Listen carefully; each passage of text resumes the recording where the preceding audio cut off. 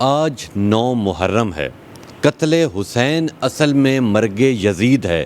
اسلام زندہ ہوتا ہے ہر کربلا کے بعد۔ اگر رسول گرامی اسلام کے دندان مبارک شہید ہوتے ہیں تو یہ امت مسلمہ کے لیے ایک بہت بڑا صدمے کا باعث ہے۔ جو شخص حقیقی معنوں میں عشق رسول گرامی اسلام صلی اللہ علیہ وآلہ وسلم رکھتا ہے، اس سے واقع کربلا کا تعلق ہے۔ یہ سوال نہیں کرنا کسی سے کہ آپ شیعہ یا سنی۔ 61 ہجری کے بعد سوال تبدیل ہو گیا۔ اب سوال یہ ہے کسی سے پوچھنا ہو تو یہ اسے پوچھو تم یزیدی ہو یا حسینی ہو۔ او جی شیعوں کا محرم آ گیا، او جی شیعوں کا عاشور آ گئی۔ عاشور یعنی 10ویں کا دن۔ تو یہ شیعوں کا نہیں ہے بھئی، یہ رسول کے گھر کے ساتھ جو کچھ ہوا ہے، ہر وہ شخص جو کلمہ گو ہے اس کے ساتھ اس واقعے کا تعلق ہے کہ آپ حسین ابن علی کو فقط محسن اسلام نہ کہو، بلکہ تم کہو کہ حسین ابن علی علیہ السلام محسن انسانیت۔ السلام علیکم، میں ہوں تبسم ریاض رانچھا۔ آج 9 محرم ہے۔ قتل حسین اصل میں مرگ یزید ہے۔ اسلام زندہ ہوتا ہے ہر کربلا کے بعد۔ آج میں ایک امام بارگاہ میں موجود ہوں۔ 9-10 محرم کو کیا ہوا، کتنا بڑا سانحہ ہوا ہم مسلمانوں کے اوپر، اور یہی تمام تر سوالات لے کے کہ 9 محرم کو کیا ہوا، 10 محرم کو کیا ہوا، اس کے بعد کیا ہوا، اس سے لے کے آج تک جتنی باتیں ہیں وہ سیم ہیں۔ یہ تمام تر سوالات لے کے آج میں ایک امام بارگاہ میں موجود ہوں جہاں ہمارے ساتھ سجاد کاظمی صاحب موجود ہیں، ان سے بات کرتے ہیں۔ السلام علیکم۔ وعلیکم السلام ورحمۃ اللہ وبرکاتہ۔ بہت شکریہ کاظمی صاحب۔ سب سے پہلے میں آج ایک سمجھ لیں کہ ہم مسلمانوں کے اوپر ایک بڑا دن ہے۔ میں سب سے پہلے یہ کہوں گا کہ ہمارے دیکھنے والے سننے والے بیسیکلی کروڑوں لوگ ایسے ہیں جنہیں اس چیز کا علم ہی نہیں ہے کہ آج ہوا کیا تھا۔ میں سب سے پہلے یہ کہوں گا کہ 9-10 محرم کا جو واقعہ ہے وہ آپ بیان کر دیں۔ دیکھیے جی کہ جہاں تک 9 محرم اور 10 محرم 61 ہجری سرزمین کربلا پہ جو دلخراش واقعہ پیش آیا، یہ تاریخ انسانیت کے بے مثال اور میں کم از کم یہ کہوں گا کم نظیر واقعات میں سے، ایسی نظیر اور ایسی مثال بہت کم ملتی ہے ہمیں تاریخ میں کہ جو ایک واقعہ جیسا کہ آپ نے فرمایا کہ یہ امت مسلمہ کے لیے ایک بہت بڑا سانحہ ہے، چونکہ ہر وہ واقعہ اور سانحہ امت مسلمہ کا سانحہ اور واقعہ کہلاتا ہے جس کا تعلق اسلام سے ہے، جس کا تعلق نبی مکرم اسلام سے ہے، اولاد رسول کے ساتھ ہے، اصحاب رسول کے ساتھ ہے، امہات المومنین کے ساتھ ہے۔ ان ہستیوں سے متعلقہ جتنے بھی واقعات ہیں اور بڑے واقعات ہیں وہ امت مسلمہ کے واقعات کہلاتے ہیں۔ اور اچھی تعبیر آپ نے کہلائی کہ چونکہ یہ بڑا مقام افسوس ہے، دشمن نے ہمیں تقسیم کر دیا اور 2 حصوں میں جو علمی اختلافات ہیں، میرا خیال ہے حسن بھی یہی ہوتا ہے کہ دلیل کے ساتھ اپنی بات کی جائے، بات دوسرے کی سنی جائے۔ تو یہ جہالت والی باتیں کہ طوفان بدتمیزی برپا کرنا، ایک دوسرے کے مقدسات کی توہین کرنا، یہ کہیں بھی صاحب عقل و خرد لوگ اس بات کو قبول نہیں کرتے۔ تو امت مسلمہ کے حوالے سے میں یہ گزارش کروں گا کہ واقعے کا تعلق نبی مکرم اسلام کے ساتھ ہو، کسی بھی حادثے اور واقعے کا تعلق ان کی اولاد کے ساتھ ہو اور اہل بیت کے ساتھ ہو علیہم الصلاۃ والسلام، اصحاب کے ساتھ ہو، ازواج مطہرات کے ساتھ ہو، تو یہ بڑے سانحات ہیں، واقعات ہیں۔ اور یہ ویسے معروف تو دنیا میں ایک خاص طرز تفکر کا یہ واقعہ اور حادثہ شمار ہوتا ہے، یعنی اہل بیت کو ماننے والے جن کو ہم اصطلاح میں شیعیان اہل بیت کہتے ہیں، یہ شیعیان اہل بیت سے تعلق واقعہ نہیں، چونکہ یہ واقعہ کسی شیعہ کے جوان کے ساتھ، کسی شیعہ کی مستور کے ساتھ، کسی شیعہ کے بچے جوان کے ساتھ نہیں ہوا، بلکہ یہ واقعہ جو پیش آیا ہے یہ اولاد رسول کو پیش آیا۔ تو صاف ظاہر ہے جس چیز کا تعلق رسول کے ساتھ ہے، جو بندہ جڑا ہوا ہے رسول کے ساتھ، یہ اس کے لیے ایک ثانیہ ہے۔ لہذا واقعہ کربلا اگر رسول گرامی اسلام کے دندان مبارک شہید ہوتے ہیں تو یہ امت مسلمہ کے لیے ایک بہت بڑا صدمے کا باعث ہے، اور ان کی اولاد میں سے کسی پہ کوئی اس قسم کی مصیبت آتی ہے تو یہ بھی امت مسلمہ کے لیے بہت بڑا ثانیہ ہے۔ تو میں تو ایک تعبیر میں اس بات کو سمیٹنا چاہوں گا، جو شخص حقیقی معنوں میں عشق رسول گرامی اسلام صلی اللہ علیہ وآلہ وسلم رکھتا ہے، اس سے واقع کربلا کا تعلق ہے۔ سبحان بڑا خوبصورت جملہ ایک، کیونکہ یہ ایک خاص لباس میں جب اہل علم ہوتے ہیں تو وہ تو پتہ چلتا ہے کہ یہ عالم ہے، لیکن یہی جب ہم اس لباس میں نہیں ہوں گے، ہم پبلک کے پاکستانی اپنے لباس میں، تو کسی کو کیا پتہ چلتا ہے کون کس فرقے کا، کیا ہے، یہ عالم ہے، کس شعبہ حیات سے تعلق ہے۔ تو ایک جوان نے سوال کر دیا ایک بزرگ سے کہ قبلہ آپ شیعہ ہیں یا سنی؟ تو دیکھیں فہمیدہ لوگ، سمجھدار لوگ ایک بات کرتے ہیں لیکن ایک تاریخ کو ایک جملے میں کہہ دیتے ہیں۔ ان کا بیٹا یہ بہت آپ نے قدیمی سوال کر دیا۔ نبی مکرم اسلام جب دنیا سے اٹھے تو امت مسلمہ دو حصوں میں بٹی۔ ایک حصہ جو حضرت علی ابن ابی طالب کو خلیفہ بلا فاصل مانتا ہے رسول کا، وہ شیعہ بن گئے۔ جو حضرت ابو بکر ابن ابی قحافہ کو خلیفہ بلا فاصل مانتا ہے کہ وہ خلیفہ تھے، وہ کیا بن گیا؟ سنی۔ یہ بیٹا اس دور کی باتیں، شیعہ ہیں یا سنی، اور یہی تقسیم اور یہی تعبیر چلتی آئی 61 ہجری تک۔ 61 ہجری کا روز عاشور کو کربلا کی سرزمین پہ جو واقعہ ہوا ہے، تو کہا بیٹا اس کے بعد یہ سوال نہیں کرنا کسی سے کہ آپ شیعہ یا سنی۔ 61 ہجری کے بعد سوال تبدیل ہو گیا۔ اب سوال یہ ہے کسی سے پوچھنا ہو تو یہ اسے پوچھو تم یزیدی ہو یا حسینی ہو۔ اب یہ معیار ہے کہ وہ پرچم حسین کے نیچے کھڑا ہونا پسند کرتا ہے یا پرچم یزید کے نیچے کھڑا ہونا پسند کرتا ہے۔ تو بات یہ ہے واقعاً کہ اتنا بڑا ثانیہ اور واقعہ جو ہوا، اور وہ اسلام کی ہمدردی میں، شریعت محمدی کے دفاع میں، اور مکتب اسلام کی بقا کی خاطر، تو یہ ایک معیار بن گیا کہ گویا کہ اب اسلام کو جو حیات مل رہی ہے وہ کربلا کے سائے میں مل رہی ہے۔ تو یہ بات ہے کہ اس واقعے کا تعلق جس طرح میں یہ کہوں یا نہ کہوں، یہ طے شدہ بات ہے ایک خاص مکتب فکر کے ساتھ کہ یہ یعنی او جی شیعوں کا محرم آ گیا، او جی شیعوں کا عاشور آ گئی، عاشور یعنی 10ویں کا دن، تو یہ شیعوں کا نہیں ہے بھئی، یہ رسول کے گھر کے ساتھ جو کچھ ہوا ہے، ہر وہ شخص جو کلمہ گو ہے اس کے ساتھ اس واقعے کا تعلق ہے۔ بلکہ اس سے بڑھ کر اگر روز عاشور کو فقط اسلامی اقدار زندہ ہوتی تو پھر یہ اسلام سے ریلیٹڈ تھا۔ ایک مغربی مفکر کہتا ہے کہ آپ حسین ابن علی کو فقط محسن اسلام نہ کہو، بلکہ تم کہو کہ حسین ابن علی علیہ السلام محسن انسانیت ہے۔ کہتا ہے کیوں؟ کہا اس لیے کہ روز عاشور اور واقع کربلا کے سائے میں فقط اسلامی اقدار زندہ نہیں ہوئی بلکہ انسانی اقدار زندہ ہوئی۔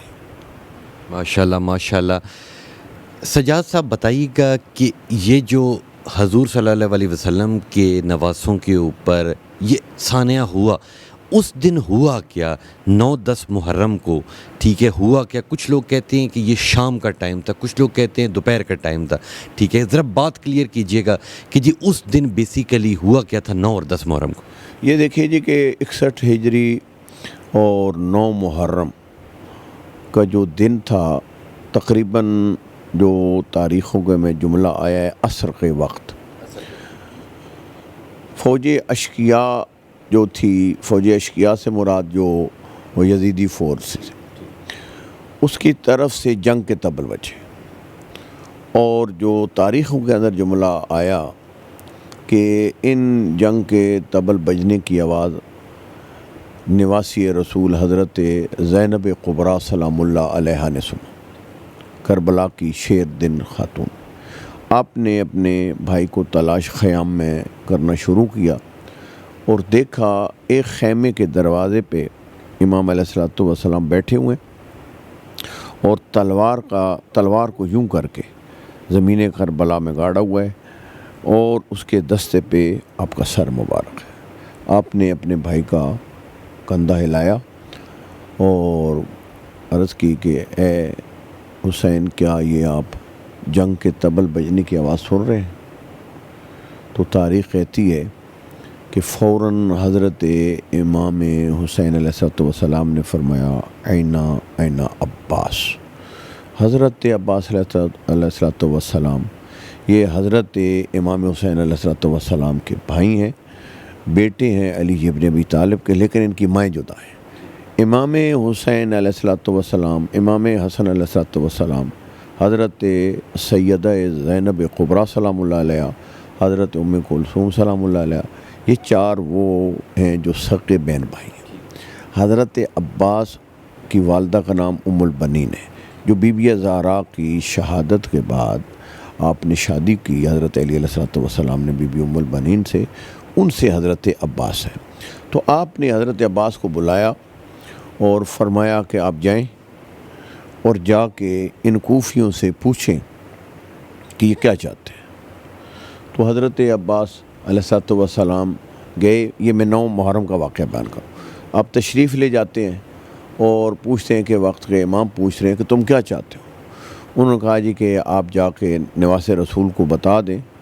میں یہاں پہ ایک جملہ یہ بھی ضرور کہوں گا کہ سامنے آنے والے کوئی یہودی نہیں تھے، عیسائی نہیں تھے، غیر مسلم نہیں تھے، سارے کلمہ گو تھے۔ یہ بات ذہن نشین رہی ہے کہ کلمہ گو تھے۔ کہا کہ جا کے نواس رسول کو ہماری طرف سے کہہ دیں 2 ہی راستے، تیسرا کوئی راستہ نہیں ہے، 2 باتیں ان میں سے ایک اختیار کریں، جس کو میں سمیٹ کے یوں بیان کروں گا کہ یہ پیغام دیا حضرت عباس کے ذریعے کہ آپ امام کو اور نواس رسول کو جا کے بتائیں یا موت یا بیعت، یا یزید جیسے کی بیعت کر لیں، جی نہیں ہے تو پھر شہادت کے لیے آپ تیار ہو جائیں۔ حضرت عباس علیہ السلام ایک بہت بڑی مطیع اور اطاعت گزار تھے نواس رسول کے۔ کوئی انہوں نے وہاں پہ اور کوئی بات نہیں کی، جو کچھ انہوں نے کہا بڑے حوصلے اور صبر کے ساتھ سنا۔ ورنہ آپ کو معلوم ہے کہ اتنے دلاور شخص تھے، علی ابن ابی طالب کی شجاعت کے وارث سے بہت کچھ کہا جا سکتا ہے، کہہ سکتے تھے، لیکن امام نے جتنا فرمایا کہ جو پوچھ کے ہو، کوئی بات نہیں کی۔ واپس آئے، کہا جی کہ وہ یہ کہہ رہے ہیں کہ یا موت یا بیعت۔ تو امام نے واضح مدینے سے نکلتے وقت بھی فرمایا کہ مجھ جیسا مثلی لا یبایع مثلا، مجھ جیسا اس جیسے کی بیعت کس طرح کر سکتا ہے؟ میں خاندان نبوت کا فرد ہوں۔ وہ ایک شرابی آدمی ہے، فاسق و فاجر انسان ہے، تو حسین جیسا فاسق و فاجر کی بیعت بھلا کر سکتا ہے؟ یہ جملہ آپ نے ارشاد فرمایا اور فرمایا کہ جائیں آپ، اب جائیں، ان کو یہ کہو کہ حسین ابن علی علیہ السلام یہ چاہ رہے ہیں کہ میں اللہ کی عبادت سے بڑا لگاؤ رکھتا ہوں۔ اگر آپ چاہ رہے ہو نا جہاد کرنا ہے میرے ساتھ، تو یہ ایک رات کی مجھے مہلت ہو، میں جی بھر کے عبادت پروردگار کرنا چاہتا ہوں۔ اور یہ علماء نے جملہ لکھا کہ امام گئے، حضرت عباس پھر گئے، اور حضرت عباس نے کہا کہ نواس رسول نے یہ پیغام دیا ہے۔ تو وہاں کہتے ہیں کہ اشقیاء اور جو کوفی تھے جو آپ کے ساتھ جنگ کرنے آئے تھے، ان کے اندر اختلاف ہو گیا۔ کچھ کہتے تھے کہ نواس رسول ہیں اور یہ جب کہہ رہے ہیں کہ ایک رات کی مہلت تو دینی چاہیے، کچھ کہتے تھے نہیں دینی چاہیے۔ حضرت عباس علیہ السلام یہ سنتے رہے کہ یہ کیا باتیں کر رہے ہیں۔ بالآخر انہوں نے کہا کہ آپ جائیں، اگر آپ کو ایک رات اور ایک شب میں عبادت خدا آپ کے کو کام آتی ہے تو آپ کر لیں۔ یہ ایک مسلمان ہونے کے ناطے سے اس جملے میں غور کریں کہ کیا بات ہے۔ ادھر معرفت خدا میں ڈوب کر نواس رسول کیا بات کر رہے ہیں اور وہ یہ کلمہ گو آگے سے کیا کہہ رہے ہیں. آپ کو یہ عبادت اگر کام آتی ہے تو کر لیں جی. اور آپ جب آتے ہیں تاریخ کہتی ہے کہ یہ آگے جو شب جس کو شب عاشور کہتے ہیں 9 محرم اور 10 محرم کی درمیانی رات, آپ نے اپنی اس رات کو 3 حصوں میں تقسیم کیا. ایک حصہ عبادت قرآن, عبادت پروردگار اور تلاوت قرآن. ایک حصہ مردوں کے خیموں میں اپنے اصحاب کے ساتھ اور اپنے مردوں کے ساتھ گزارا, اور تیسرا حصہ اپنی مستورات کے ساتھ. یوں کر کے بیان کیا گیا.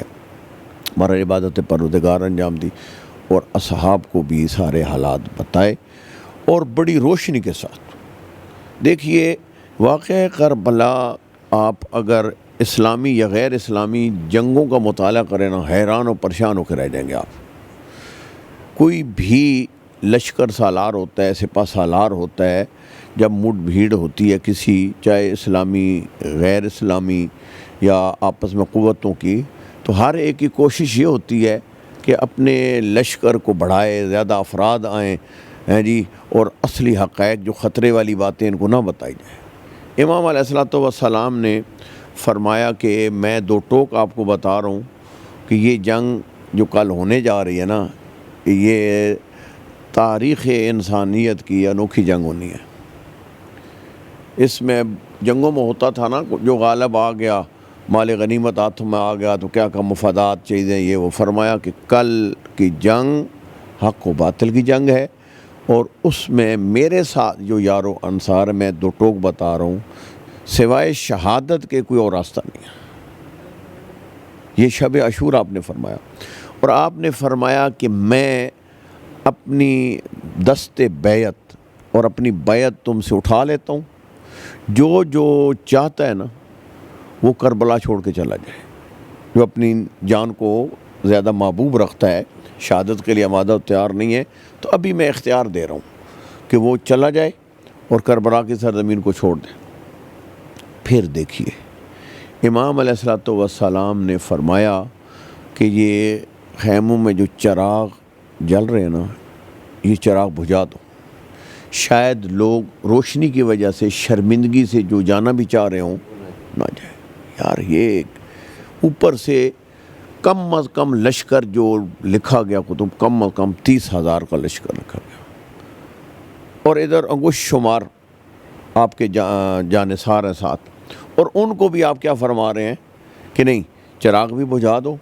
چراغ بجھا لینے کے بعد اب فرمایا اس تاریکی سے فائدہ اٹھاؤ, اور جو جانا چاہتا ہے چلے جاؤ. ایک جملہ یہاں پہ ایک اور بھی تاریخ میں ملتا ہے.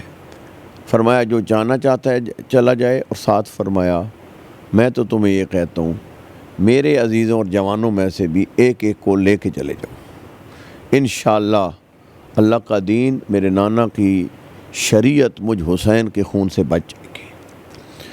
اتنے میں یہاں تاریخ کہتی ہے جب آپ نے فرمایا نا میرے جوانوں میں سے بھی ایک ایک کو لے کے چلے جاؤ, تو وہاں پہ سناٹا چھایا ہوا تھا. تو حضرت عباس علیہ السلام بولے اور مولا کی خدمت میں عرض کی, آقا ہم اس زندگی پہ لعنت کرتے ہیں جو حسین ابن علی کے بغیر ملے. ہمیں یہ قبول نہیں ہے کہ ہم زندہ رہیں اور آپ جیسا عظیم امام شہادت کے مرتبے پہ فائز ہو جائے. ہمیں یہ زندگی کہتے ہیں کہ یہ حضرت عباس کا اظہار کرنا تھا. تو مختلف اصحاب نے بولنا شروع کیا. کوئی کہتا تھا اے فرزند رسول, آپ کو معلوم ہے کہ مجھے ویسے شہادت بڑی پسند ہے, خصوصاً آپ کی نصرت میں آنے والی شہادت مجھے اتنی پسند ہے کہ اگر مجھے 100 مرتبہ شہید کیا جائے اور شہید کرنے کے بعد میری لاش کے ٹکڑے کیے جائیں, پھر اس کو آگ لگائی جائے, اس کو راکھ میں تبدیل کر کے فضا میں بکھیر دیا جائے, پھر مجھے زندہ کیا جائے, یہ میرے ساتھ 100 مرتبہ ایک عمل ہو تو مجھے پسند ہے, لیکن آپ کو تنہا چھوڑ کے میں جا نہیں سکتا. اس قسم کے جب اظہارات ہوئے, گویا کہ امام علیہ الصلوۃ والسلام نے یہ موقع دے کے یہ بات کر کے ایک امتحان لے لیا اپنے اصحاب کا اس رات کو, اور پھر آپ جو ہے اپنے بیویوں کے خیمے میں آتے ہیں اور بیویوں کو آمادہ و تیار کرتے ہیں، ان کو بھی پوری بصیرت کے ساتھ ساری آگاہی دیتے ہیں کہ کل کا واقعہ کیا ہو رہا ہے اور اس میں کیا کیا ہونا ہے، میں نے کیا کرنا ہے اور آپ لوگوں نے کیا کرنا ہے۔ یہ ساری چیزیں اصحاب کو بھی بتائی ہیں اور اپنے مستورات کو بھی بتائی ہیں، اور راوی کہتا ہے کہ بڑے بڑے ہم نے عابدوں کے رنگ دیکھے عبادت کے، لیکن شب عاشور کی انداز عبادت امام حسین علیہ السلام تھا، ایسا کسی عابد کا انداز عبادت ہم نے نہیں دیکھا، جس طرح عظیم عاشق عظیم معشوق کے ساتھ اور عظیم عابد اپنے معبود کے ساتھ راز و نیاز کرتا ہے، ایسے حسین لب و لہجے میں میرے آقا اپنے خدا سے رات کو مناجات کرتے رہے، اور اسی مناجات کے عالم میں آپ نے صبح کی، اور وہ سورج پھوٹا، وہ فجر آئی جس کو ہم روز عاشور کہتے ہیں، 10 محرم کی۔ 10 محرم کی۔ تو یہاں سے آگے پھر واقعہ 10 محرم کا شروع ہوتا ہے۔ ایک طولانی واقعہ ہے روز عاشور کا کہ آپ کے اس دن کا آغاز ایک معروف چیز ہے، آپ کے ایک بیٹے تھے امام حسین کے، جن کا نام حضرت علی اکبر علیہ السلام تھا، جن کے بارے میں تاریخ نے لکھا ہے کہ آپ کی اولاد میں سے اور آپ کے خاندان میں سے یہ 2 ہستیوں کے بارے میں جملہ معروف ہے۔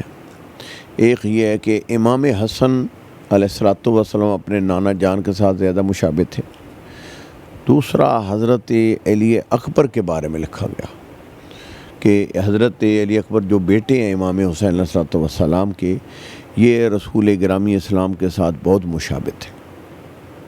تو آپ نے حکم فرمایا کہ آج جو اذان صبح ہوگی وہ میرا یہ کڑیل جوان بیٹا دے گا، اور روز عاشور کا آغاز حضرت علی اکبر کی اذان سے ہوا، نماز با جماعت امام علیہ السلام نے ادا کی، اور اپنا پھر لشکر مرتب فرمایا، میمنہ میں کون ہوگا، میسرہ میں کون ہوگا، قلب لشکر پہ کیا ہوگا، ایک اپنی ترکیب آپ علیہ السلام نے بنائی۔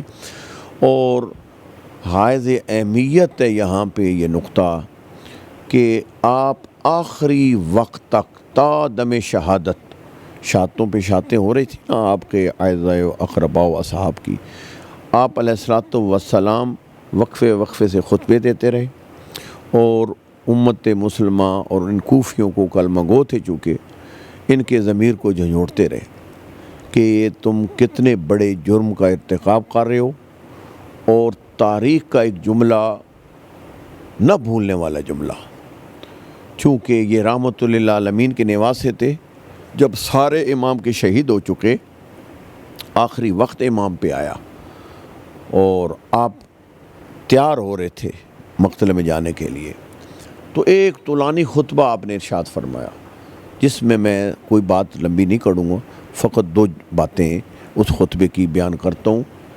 ایک بات آپ نے یہ ارشاد فرمائی تھی کہ تمہیں معلوم ہے میں کون ہوں، میں وہ حسین ہوں جس کے علاوہ اللہ کی دھرتی پر جس نبی کا تم کلمہ پڑھتے ہو اس کا کوئی اور نواسہ نہیں ہے، وہ میں حسین ہوں۔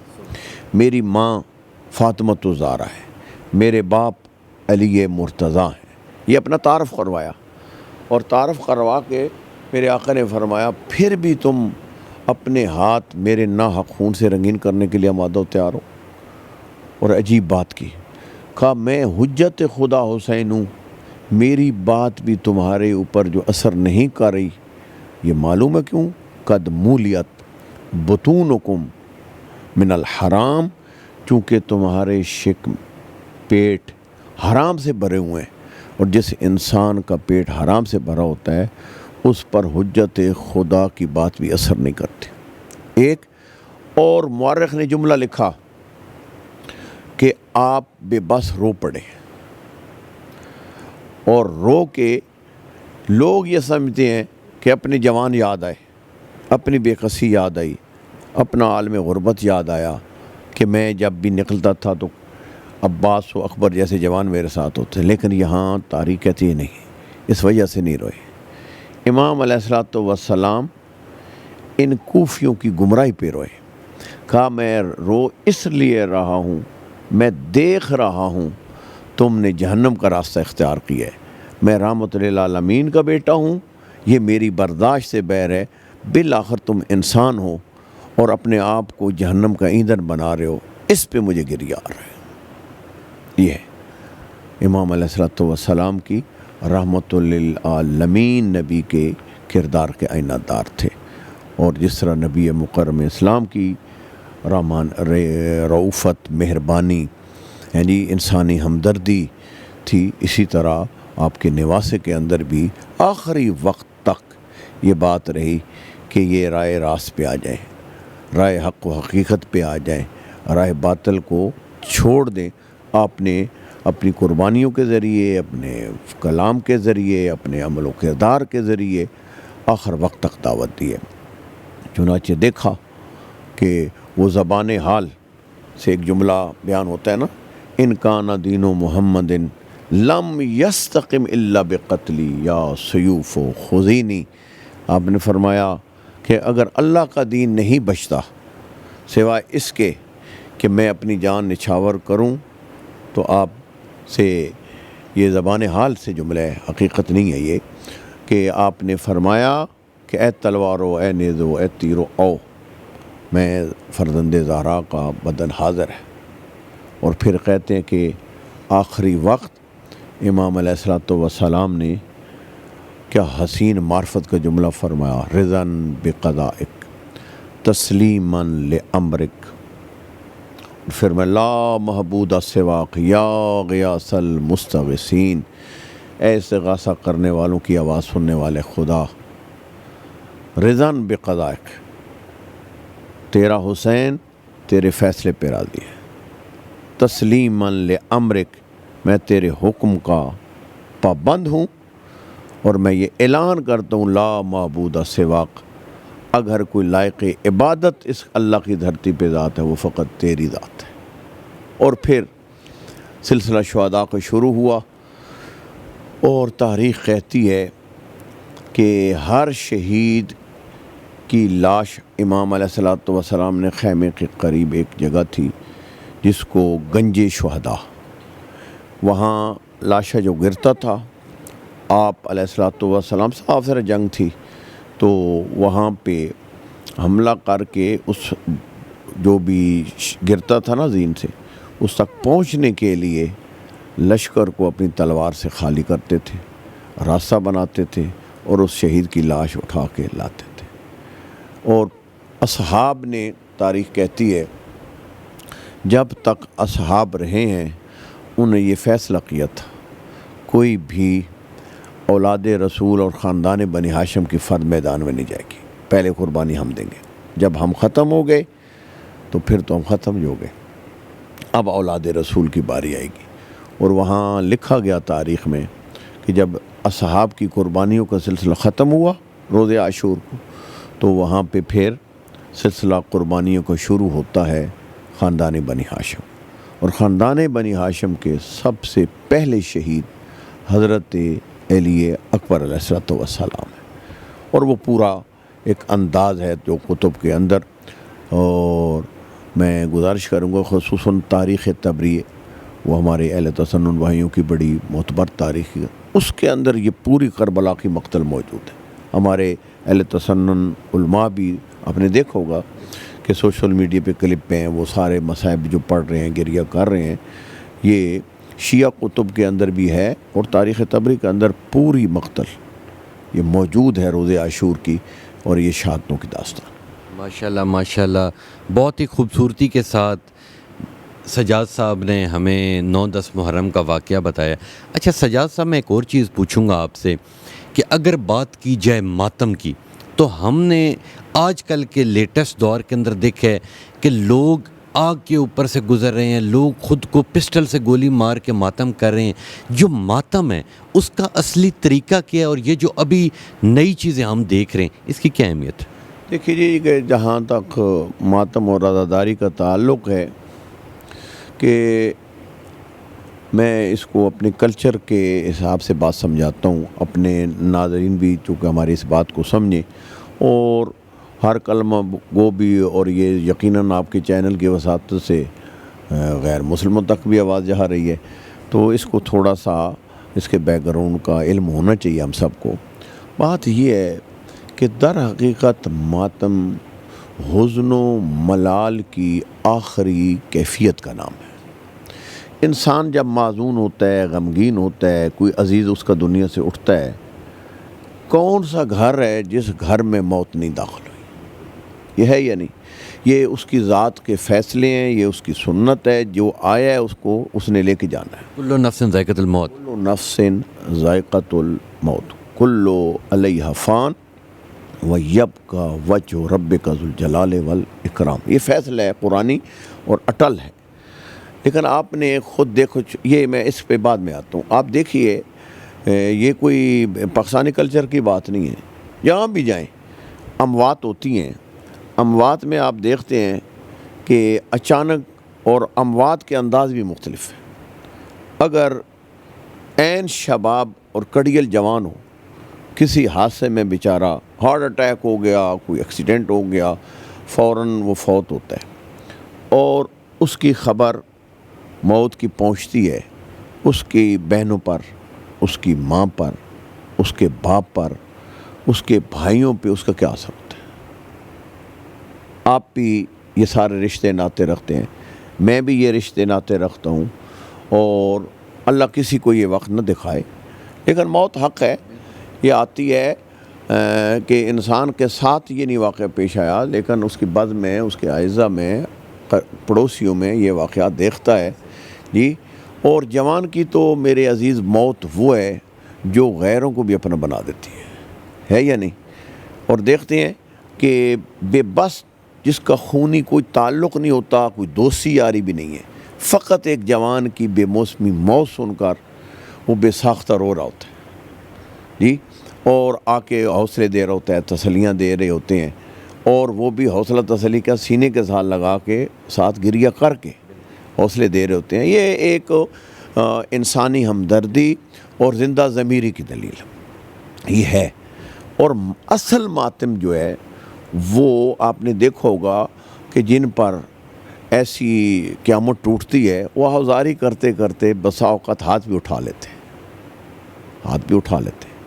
وہ ہاتھ اٹھا کے سینے پہ کبھی مار دیتے ہیں، کبھی منہ پہ مار دیتے ہیں، کبھی کوئی سر پہ مار ہوتا۔ یہ آپ نے جو ایسی بے موسمی موتیں ہوتی ہیں، اور خدا نہ کرے ایک نہیں کئی جوان ایک وقت میں اٹھ جائیں، ایک ہی خاندان کے، تو کیا قیامت برپا ہوتی ہے جی؟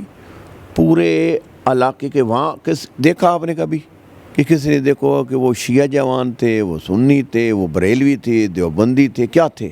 کوئی نہیں پوچھتا بھائی، بہت قیامت ٹوٹ پڑی بھائی، اور ایک بے سابقہ اجتماعات، بے سابقہ جنازے ہوتے ہیں، ہے یا نہیں جی؟ یہ انسانی ہمدردی کے تحت ہے یہ سارا۔ تو ماتم کی اصل کیفیت یہ ہے، تو یہ فرمائیے نا۔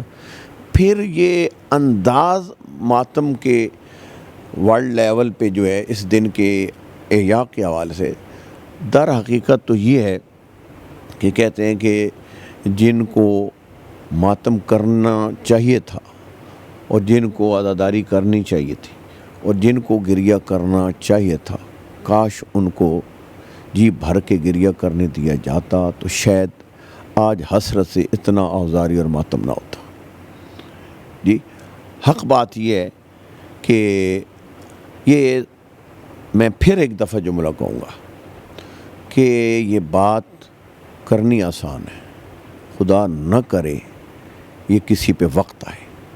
آپ تصور کریں، وطن سے دور ہوں، مستور ہو، اور اس کے 1 2 نہیں 9 بھائی شہید ہو چکے، کڑیل جوان، جس میں حضرت عباس جیسا بھائی، جس میں حضرت امام حسین جیسا عظیم بھائی، جس میں کہ کئی بھتیجے، جس میں حضرت اکبر، حضرت قاسم جیسے بھتیجے، جس کے بیٹے، جس کے بھانجے۔ آپ ذرا تصور فقط کریں، یہ ہر جو عزیز میری گفتگو سن رہا ہے، وہ شیعہ سنی ہو کے نہیں، وہ مسلمان غیر مسلمان ہو کے نہیں، وہ ایک انسان ہو کر یہ تصور کرے کہ ایک بہن وطن سے دور، اور وہاں پہ ایک واقعہ پیش آیا جس کے ایک ہی دن میں بھائی، بیٹے، بھتیجے، بھانجے، بھائی کے یاروں انصار مارے گئے۔ ذرا اس کو تصور کرے، میرا خیال ہے کربلا سمجھنے کے لیے یہ کافی ہے جی۔ بے ساختہ آج دیکھ رہے ہیں، یقین کیجئے، وہ کہتے ہیں نا انسان کو بیدار تو ہو لینے دو، ہر قوم کہے گی ہمارے ہیں حسین۔ یہ حق بات ہے کہ تھوڑا سا انسانی اقدار کی طرف، انسانی ہمدردی کی طرف جب انسان پلٹے گا نا، تو یہ چھوٹی چھوٹی دائیں بائیں غیر انسانی باتیں کرنے والوں پہ کان نہ دھرا جائے۔ ایک حق و انصاف پر مشتمل اس کیفیت کو جو میں نے آپ کے سامنے رکھا، تو میرے عزیز، مجھے تو یہ بھی نہیں پتا آپ کا کیا مکتب ہے، کس لیکن اتنا مجھے معلوم ہے، میں گفتگو کر رہا ہوں تو آپ کے تاثرات سے بھی مجھے حسینیت کی بو آ رہی ہے۔ وہ جو بزرگوں نے کہا کہ حسینی ہو یا یزیدی ہو، ان حالات میں میرے عزیز کوئی یزید کے بارے میں مثبت بات سوچ سکتا ہے، یا یزید کے لشکر، یزید کی فوج کے بارے میں کہ جس نے ظلم و بربریت کی اتنی عجیب داستان رقم کی؟ اور نہ فقط یہ واقعہ، آپ نے تو کہا نا جی آج اور عاشور، یہاں تک تو بات محدود نہیں رہی۔ تاریخ طبری پڑھ کے دیجیے، میں نے بتایا نا اس میں ساری مقتل۔ تو ہمارے پہلے تو شیعہ علماء فقط آپ کو معلوم ہے ان ایام میں ان کی مجالس اور ان کے پرام اور ان کے جو مصائب ہیں وہ بیان ہوتے تھے۔ اب تو ہمارے اہل تسنن علماء کے بھی مصائب آ چکے ہیں مختلف ٹی وی چینلوں پہ، تو وہ کوئی شیعہ کتابیں پڑھ کے نہیں مصائب بیان کر رہے ہیں۔ ان کی توجہ اب ہوئی ہے کہ اپنی کتابیں دیکھیں کہ یہ کیا ظلم اور قہر ہوا، اور ایک اہل تسنن کے جید عالم ہمارے پاکستانی ہیں، انہوں نے کہا کہ ظلم کی انتہا یہ ہو گئی، ادھر سے نواس رسول کا قتل، اور وہاں تک بھی بات محدود نہیں رہی، رسول کی نواسیوں کے ہاتھوں میں رسیاں ڈال دی گئی۔ بازاروں میں، درباروں میں خوشیوں کی محفلیں جمائی جاتی ہیں اور اپنی فتح کی محفلیں سجائی جاتی ہیں، اور ان بیبیوں کو رسیاں ڈال کے وہاں پہ کھڑا کیا جاتا ہے۔ کوئی بھی زندہ ضمیر انسان عام گھرانے کی مستورات کے ساتھ یہ نہیں کرتا۔ چہ جے خاندان نبوت، چہ جے خاندان رسالت، چہ جے محمد مختار، نبی مختار صلی اللہ علیہ وآلہ وسلم کی ایک فقط واسطہ ہے، سید بطول کا، نواسی ہیں، بیٹیاں ہیں رسول کی۔ اور حق بات میں نے پہلے جو کہی ہے، یہ کوئی شیعوں کی بیٹیوں کو گرفتار کر کے لے جایا گیا؟ کس کی بیٹیوں کو؟ رسول کی بیٹیوں کو جی۔ تو رسول کی بیٹیوں کی داستان آج کی نئی نسل کو، میں آپ تو فرما رہے ہیں نا امت مسلمہ کو چھوڑیے، میں کہتا ہوں انسان جب یہ داستان سنتا ہے جی، اس کے رونٹے کھڑے ہو کے رہ جاتے ہیں کہ اتنا ظلم و بربریت، کہ ادھر سے یزید بیٹھے مسند رسول پر، اور ادھر سے یہ واقعات اور یہ داستان۔ پھر لکھنے والے بعض کتب میں لکھتے ہیں کہ وہ چیز، یہ سارا کام ابن زیاد کا تھا جو گورنر تھا کوفے کا، یزید کا تو اس میں رول نہیں تھا۔ یہ اہل تسنن علماء نے بھی لکھا کہ تم کتنا دفاع کرو گے یزید کا، کہ اگر یہ تھا تو رسول کی نواسیوں کو اسیر کر کے اپنے دربار میں کیوں کھڑا کیا؟ امام حسین علیہ السلام کے سر کے ساتھ گستاخی کیوں کی؟ ان باتوں کا جواب کون دے گا؟ تو جو فرمائیے، یعنی بہت، اور دیکھیے آج نہیں، آج بھی اس ظلم و بربریت پر غیر مسلمان بھی جب یہ داستان پڑھتا ہے، سوائے اس کے آنسو بہانے کے اس کو کوئی راستہ نظر نہیں آتا۔ ہم تو پھر کلمہ گو ہیں جی۔ اور پھر ایک جملہ میں ضرور کہوں گا، آ گیا جملہ، کہ یہ آنسو، وہ کہتے ہیں جی یہ رونا بدعت ہے تو ماتم بدعت ہے تو فلاں بدعت، خدا کے بندوں کچھ خوف خدا کرو۔ یہی امام حسین پیدا ہوئے، یہ شیعہ سنی ساری کتابوں میں موجود ہے۔ جبرائیل امین ایک بہت بڑی تعداد فرشتوں کی خدا کے حکم سے لے کے آئے، آ کے مبارکباد پیش کی، پلٹ کے گئے. پھر وقفے کے بعد آئے اور آ کے نبی مکرم اسلام کو گزارش کی کہ اللہ آپ کو سلام پہنچاتا ہے، اور یہ جس نواسے کی آپ کو مبارکباد دی امام حسین، اس کو آپ کی امت 3 دن کا بھوکا اور پیاسا صحرائے کربلا میں شہید کرے. اور رسول گرامی اسلام نے وہاں پہ گریہ فرمایا. امام حسین پہ رونا بدعت نہیں ہے، یہ سنت نبی مکرم اسلام ہے. نبی مکرم اسلام نے گریہ کیا، اور نبی کو روتا دیکھ کر بی بی بطول نے کہا کہ بابا جان، نواسے پیدا ہوتے ہیں، خوشی ہوتی ہے، اور آپ گریہ فرما رہے ہیں. کہا ہاں بطول، میں بھی خوش ہوا، مبارکباد دینے کے لیے فرشتے آئے، لیکن جبرائیل وقفے کے بعد پھر آیا اور اس نے یہ خبر سنائی ہے مجھے. اور روایات کے اندر جملہ موجود ہے کہ جبرائیل نے آ کے یہ کہا ہے کہ یہی تیرا نواسہ ہوگا جی، اور صحرائے کربلا میں پیاسا شہید کر دیا جائے گا، 7 دریا بہہ رہے ہوں گے اور 1 بوند پانی کی ان کو نہ دی جائے گی. تو وہاں پہ بی بی بطول بے ساختہ روئیں، رو کے کہا کہ یہ واقعہ کب پیش آئے گا. تو حدیث کے اندر یہ جملہ موجود ہے، نبی مکرم اسلام نے فرمایا زہرا یہ واقعہ اس وقت پیش آنا ہے، نہ میں نانا حسین کہوں گا، نہ تو ماں ہوگی، نہ اس کا باپ علی ہوگا، نہ اس کا بھائی حسن ہوگا. پھر بی بی نے اگلا سوال کیا، بابا نہ آپ ہوں گے، نہ میں ہوں گی، نہ ان کے باپ ہوں گے، نہ بھائی ہوں گے، تو میرے اس حسین کی غربت پر پھر روئے گا کون؟ ایک حسرت بھری. تو دیکھیے ہمارے نبی علم لدنی کے مالک تھے، آئندہ کی خبروں کا علم تھا ان کو. آپ نے فرمایا کہ ایک قوم ہوگی جس کے مرد حسین کے مردوں پہ روئیں گے، جس کی مستوریں حسین کی مستوروں پہ روئیں گے. یہ اس واقعے کے اندر ساری بات موجود ہے. ماشاءاللہ ماشاءاللہ.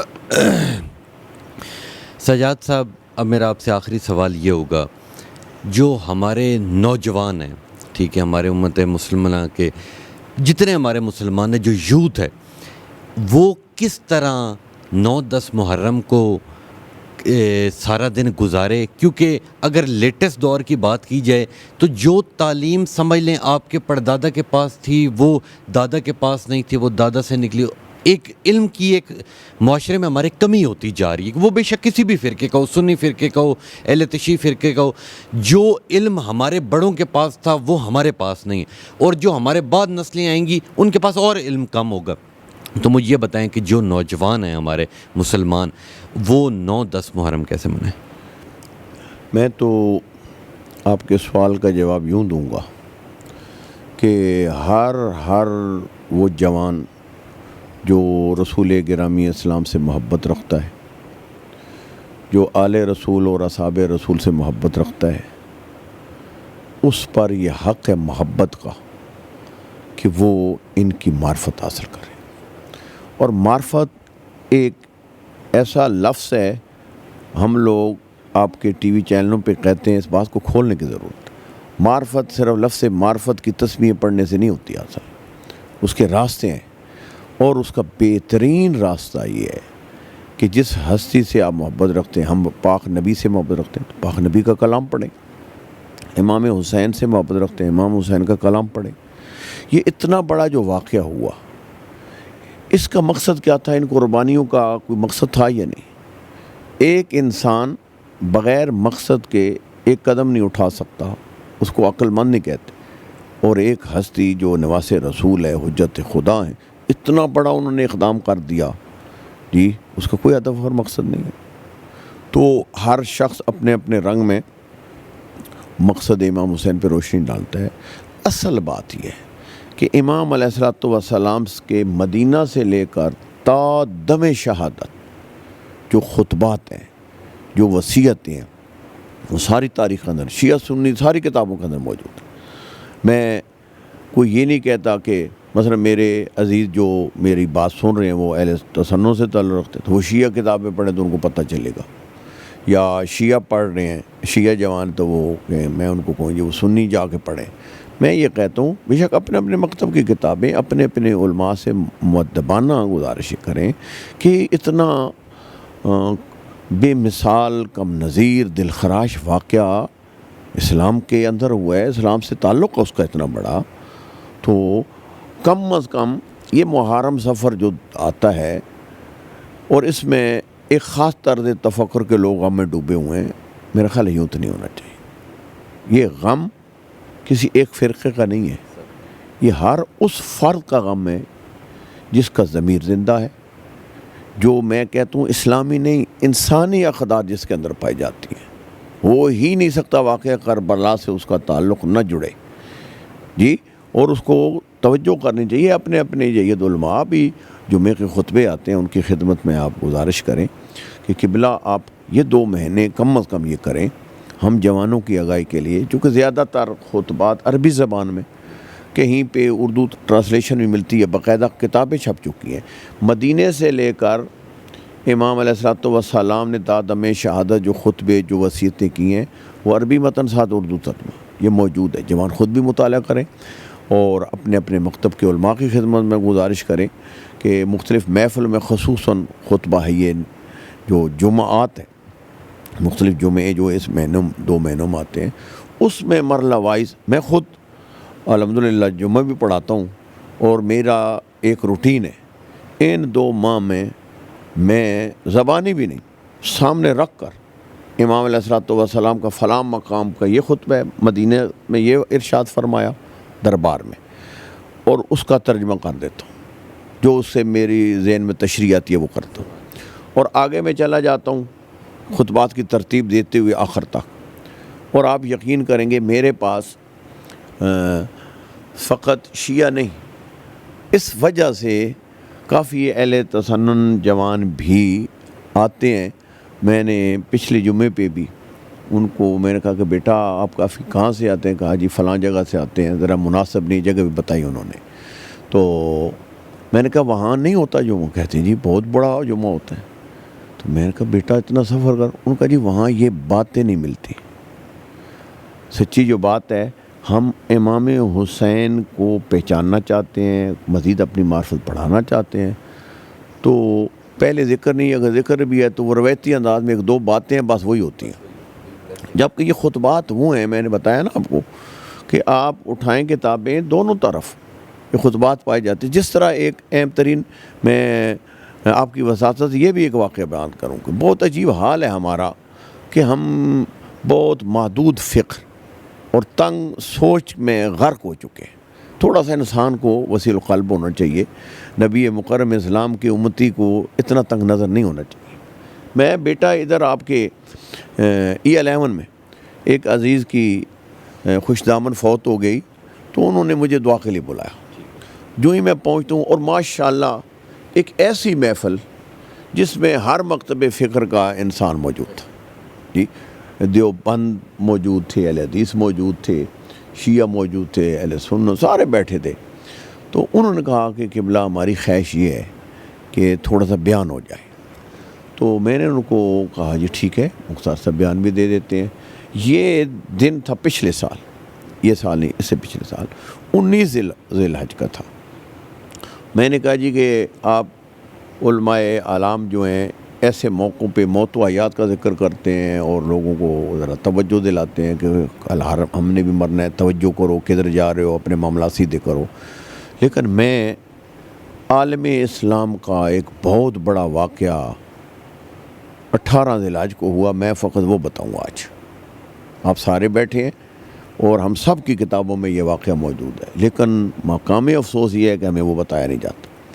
بہرحال کوئی میں نے خطابت نہیں کی، کوئی شور، بڑا آرام سے دھیمی دھیمی انداز میں جس طرح میں آپ سے باتیں کر رہا ہوں، میں نے کہا کہ نبی نے اپنی زندگی میں ایک حج کیا ہے اور بہت بڑا جو ہے نا اجتماع تھا آپ کے ساتھ حج میں۔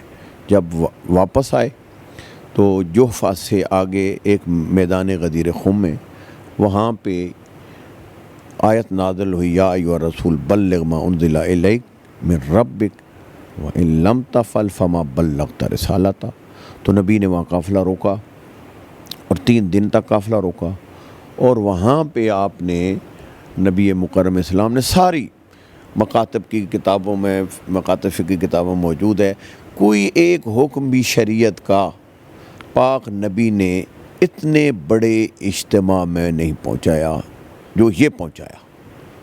اور وہاں پہ پلانوں کا اونٹ، چونکہ مجمع بہت زیادہ تھا، تعداد لکھی گئی ہے 9,000 تعداد لکھی گئی ہے، کسی نے کہا 95,000، کسی نے کہا 1,00,000، کسی نے کہا 1,15,000، اور آخری لکھا گیا ہے 1,00,000۔ یہ صحابی اور صحابیات سارے تھے، اور یہ اوپر سے آیت آ گئی پہنچا دیجئے جو آپ پر نازل کیا گیا۔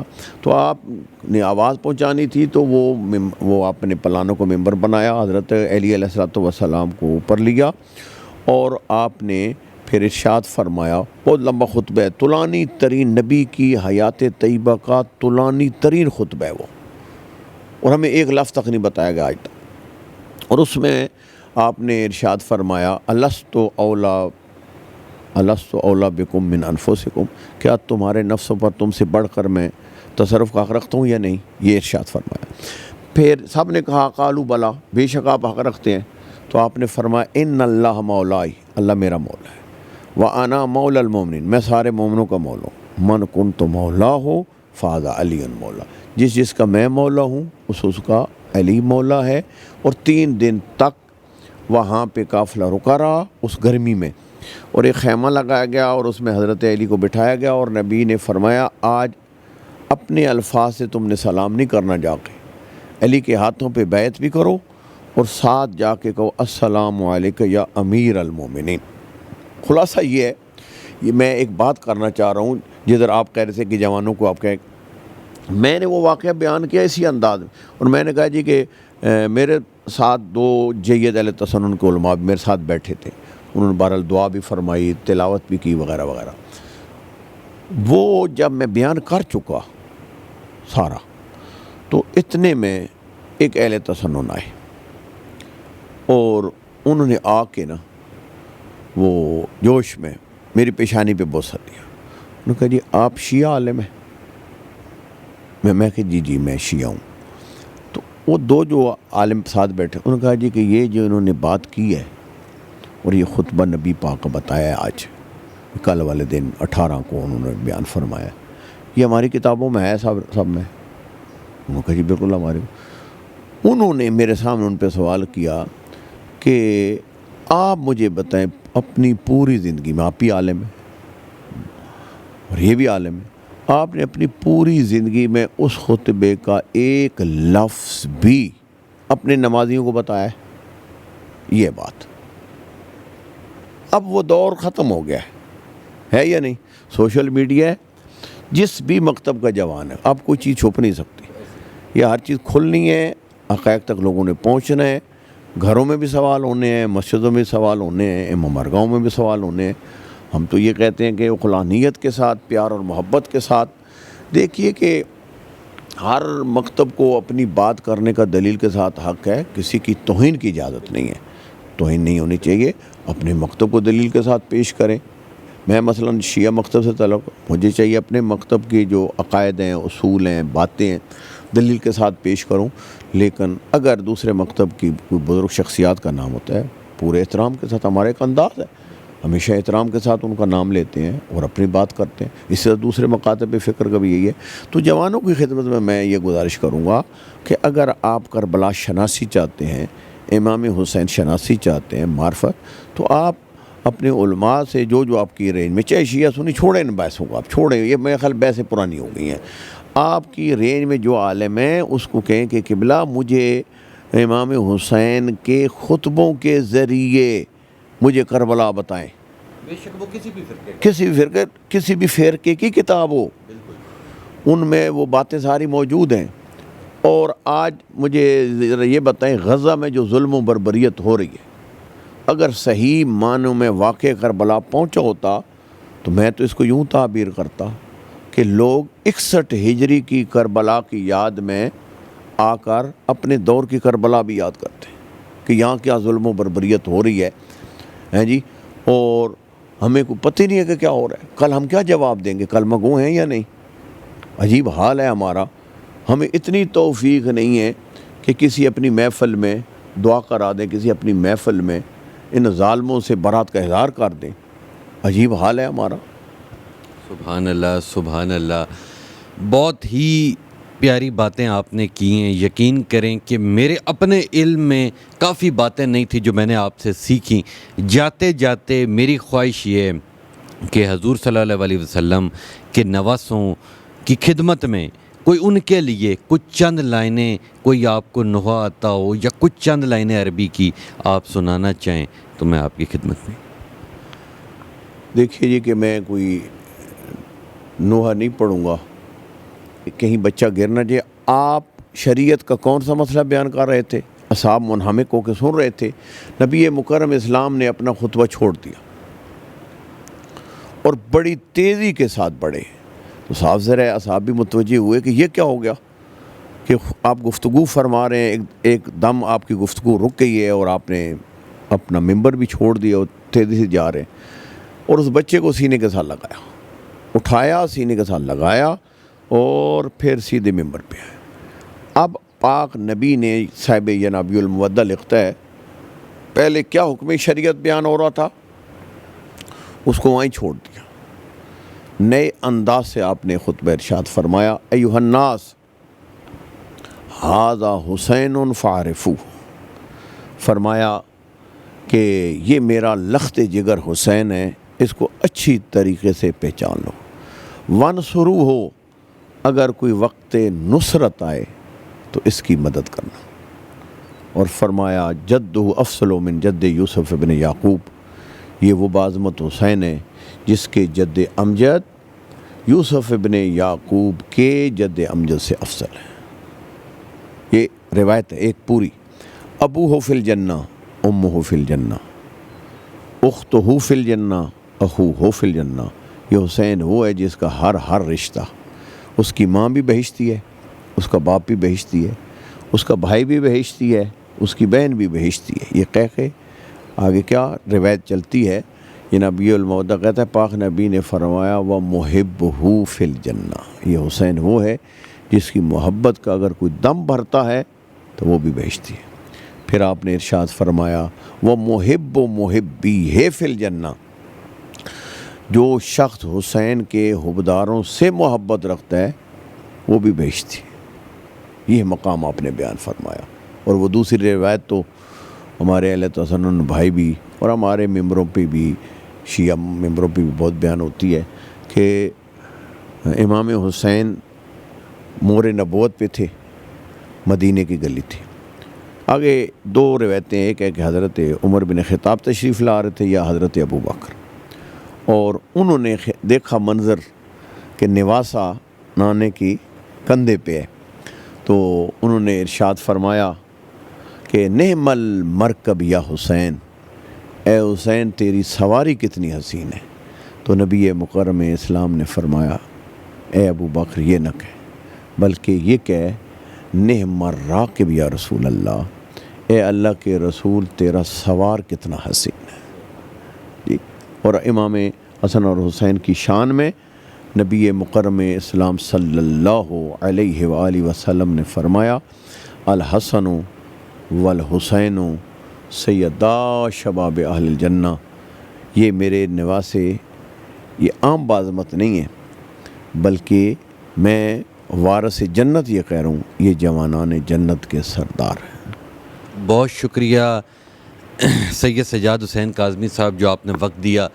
یہ تھے سید سجاد حسین کاظمی صاحب جنہوں نے بڑے ہی تفصیلاً تمام تر سوالات کے جواب دیے، اور یقین کریں کہ میں نے ان سے بہت کچھ سیکھا۔ اب آپ پوچھیں گے کہ کیا سیکھا، میں ان کی دو تین باتیں آپ کو بتاؤں گا کہ انہوں نے سب سے پہلی جو بڑی خوبصورت بات کی وہ یہ تھی کہ کوئی بھی فرقہ ہو، ہم تمام لوگ مسلمان ہیں، کوئی بھی فرقہ ہو، آپ 9 محرم 10 محرم حضور صلی اللہ علیہ وسلم کے نواسوں کی بات ان سے پوچھیں، آپ ان سے سیکھیں، وہ بے شک کسی بھی ہو، سنی ہو، شیعہ ہو، اہل حدیث ہو، کوئی بھی ہو، آپ اپنے فرقے کے مولوی کے پاس جائیں، آپ ان سے جا کے مفتی سے جا کے پوچھیں کہ جی 9-10 محرم کو کیا ہوا تھا۔ انہوں نے بہت خوبصورت بات کی، اور یہ بات بھی حقیقت ہے کہ جب ہم سب مسلمان ہیں، جب ہم سب مانتے ہیں کہ حضور صلی اللہ علیہ وسلم ہمارے آخری نبی ہیں، ہمارے آخری رسول ہیں، تو پھر ان کے نواسوں کی بات پہ ہم یہ کیوں کہتے ہیں کہ صرف شیعہ ماتم کرتے ہیں؟ ہم سب کو ماتم کرنا چاہیے، کیونکہ جب آپ یہ پڑھیں گے، جس نے نہیں پڑھا 9-10 محرم کی حقیقت، جسے نہیں معلوم، اسے ان باتوں کا نہیں پتہ۔ مگر جس طرح سجاد صاحب نے کہا کہ آپ اپنے فرقے کے، اپنے مولوی کے پاس، اپنی مسجد میں، اپنی امام بارگاہ میں، اپنی جگہ پہ جائیں، وہاں جا کے اپنے فرقے سے جا کے علم لیں کہ 9-10 محرم کو کیا ہوا تھا، تو پھر آپ کے سامنے تمام تر حقیقت سامنے آ جائے گی۔ تو میں ضرور جی ضرور کہ آپ نے فرمایا کہ سجاد صاحب نے کہا ہے کہ اپنی مسجد، اپنے امام بارگاہ، نہیں میں تو یہ کہوں گا کہ مسجد اللہ کا گھر ہوتا ہے، امام بارگاہ امام حسین سے منسوب گھر ہے، اللہ بھی کسی فرقے کا نہیں ہے اور امام حسین بھی کسی فرقے کے نہیں ہے۔ لہذا ہمیں یہ بڑا مجھے افسوس ہوتا ہے، بعض مساجد کے اوپر جو لکھا جاتا ہے کہ یہ فلاں فرقے کی مسجد ہے، فلاں فرقہ نہیں آ سکتا، یہ اسلامی تعلیمات کے خلاف ہے۔ مسجد اللہ کا گھر ہے، جو بھی اللہ کو سجدہ کرنا چاہتا ہے وہ اللہ کے گھر میں جا سکتا ہے۔ اسی طرح امام حسین کا گھر یہ نواس رسول کا گھر ہے، تو لہذا جو رسول سے تعلق رکھتا ہے وہ نواس رسول کے۔ یہ کیا ہے، یہ امام بارگاہ میں جائیں گے بدعت ہوگی؟ نہیں، میں تو اگلی بات کرنا چاہتا ہوں۔ میں کہتا ہوں کہ اگر اہل تسنن بھائی مسجد میں کوئی پروگرام ارینج کرتے ہیں رسول کے نام پر، اصحاب کے نام پر، اولاد رسول کے نام پر، آل بیت کے نام پر، تو شیعہ جوانوں کو وہاں جا کے سننا چاہیے۔ اور اسی طرح شیعہ، میں ایک بات کروں کہ شیعہ علماء کی میں بات کر رہا ہوں۔ دیکھیے جہلاء ہر طرف موجود ہے، ہر فرقے میں موجود ہے، عالم کی بات سنیں۔ اور اسی طرح جوان، اگر یہ مجالس ہوتی ہیں وہ شیعوں کے ہاں زیادہ مرسوم ہے ذکر کا، اور جس کو مجلس کہتے ہیں، ہمارے اہل تسنن بھائی اس کو کہتے ہیں واعظ، محفل واعظ۔